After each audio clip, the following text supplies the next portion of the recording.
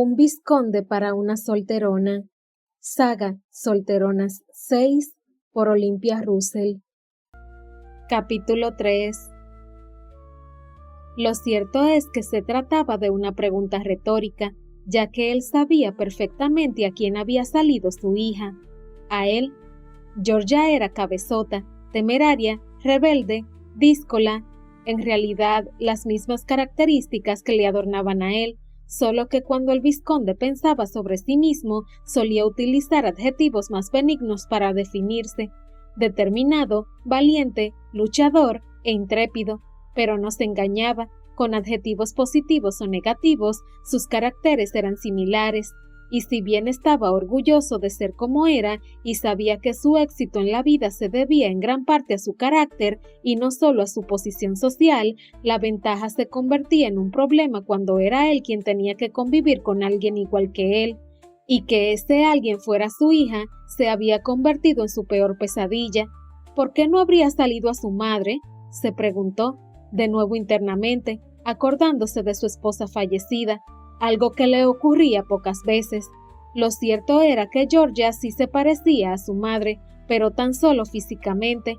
En vez de ser morena con ojos oscuros como él, Georgia era rubia con ojos verdes y sonrisa dulce como su madre.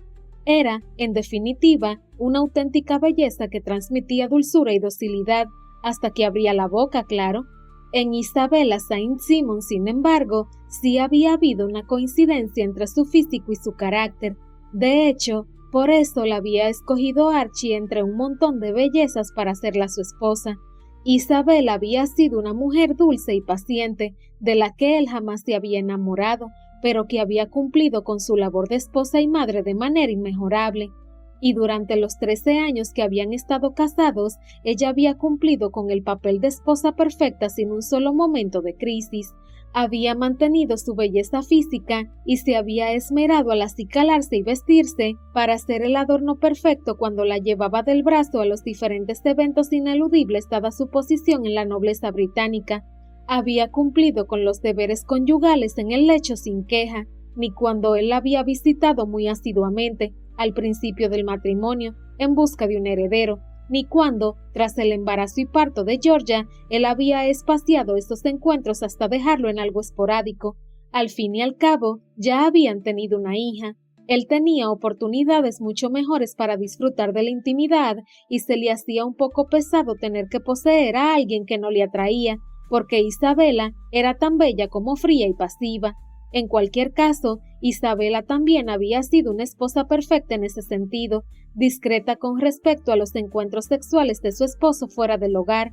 Toda mujer de la buena sociedad, excepto algunos casos de fidelidad extraña, sabía que tenía que compartir marido con algún amante, con muchas incluso. La inmensa mayoría hacía la vista gorda en público y se comportaba como si no ocurriera nada, pero en privado, en el hogar, era un tema que solía provocar fricciones y lágrimas. Pero con Isabella no había ocurrido nada de eso. Se había comportado como una perfecta esposa noble, había ignorado los cuchicheos que seguro habían llegado a sus oídos y jamás le había reprochado nada a Archie, ni siquiera el día que él, tras haber bebido una copa de más, se había mostrado demasiado afectuoso con su amante de la temporada, la vizcondesa de Fighting, y lo había hecho a la vista de la florinata de la sociedad en el baile anual del Círculo de Caballeros. Por si esto no fuera suficiente para estar satisfecho con la elección de su esposa, finalmente Isabella también había sido perfecta en el papel más importante de su vida. Había cuidado a Georgia con dedicación y cariño y había hecho de ella una niña dulce y educada. Sin embargo, todo aquello ya era pasado. Isabella había muerto y Georgia había cambiado, y ni siquiera podía achacarle a aquella muerte el cambio en su hija, ya que aún había convivido con ella 2 años más sin conflicto. No, el cambio en Georgia era producto de su paso a la vida adulta y también, por mucha rabia que le diera, del carácter que había heredado de él, y aquello ya no tenía solución. Tenía por delante toda una vida para tener que lidiar con su díscola hija y los escándalos que fuera montando, como el que había montado aquella mañana. Al recordar lo ocurrido esta mañana, el corazón le dio un vuelco y volvió a enfadarse. Menos mal que lo había parado a tiempo y no había salido de los 4 muros de su palacio, porque si se hubiera enterado alguien externo, el futuro de Georgia se habría visto muy comprometido. En ese momento recordó que el objeto que había sido la causa de todo seguía sobre su mesa del despacho, donde él lo había arrojado con furia, y volvió a cogerlo. En principio era un objeto inofensivo, un libro. Así lo había visto él cuando había entrado en la biblioteca y había visto a su hija sentada en un sillón frente a uno de los grandes ventanales que daban al jardín, con el ejemplar en la mano. «Qué bien que estés leyendo, Georgia, me sorprende agradablemente», le había dicho él gratamente sorprendido, pero entonces ella había sacado esa sonrisa que él ya conocía y temía, mezcla de diversión y reto, y le había dicho: «Sí, me lo ha dejado Mademoiselle Dupont», y había ampliado la sonrisa hasta convertirla en un claro desafío, y él había entendido el mensaje. Era una nueva provocación de su hija. Por una parte, no le gustaba nada aquella Mademoiselle Dupont, que llevaba apenas un mes siendo institutriz. Otra característica desesperante de su hija era que asustaba y hacía huir a todas las institutrices, siendo aquella la 10ª que paraba en el palacio. La había contratado desesperado, ya que no encontraba a nadie más, pero nunca le había gustado. Le parecía una descarada, justo lo que su hija no necesitaba. Así que algo que provenía de ella no podía ser bueno. Pero lo peor de todo fue cuando se acercó y cogió el libro que Georgia tenía entre las manos. El título no le gustó nada. El libro de la jovencita prometida, todo lo que tiene que saber, y nunca se atrevió a preguntar. Empezaba mal. Su hija solo tenía 17 años, estaba muy lejos de estar prometida. ¿Qué hacía leyendo aquello? Aún así continuó examinando la portada. Debajo del título aparecía un añadido, con dibujos sacados de la realidad. En el apartado del nombre del autor solo ponía «una dama felizmente casada». Eso último le tranquilizó un poco. Si el libro estaba escrito por una mujer que, además, estaba casada, se suponía que no iba a haber nada escandaloso en él.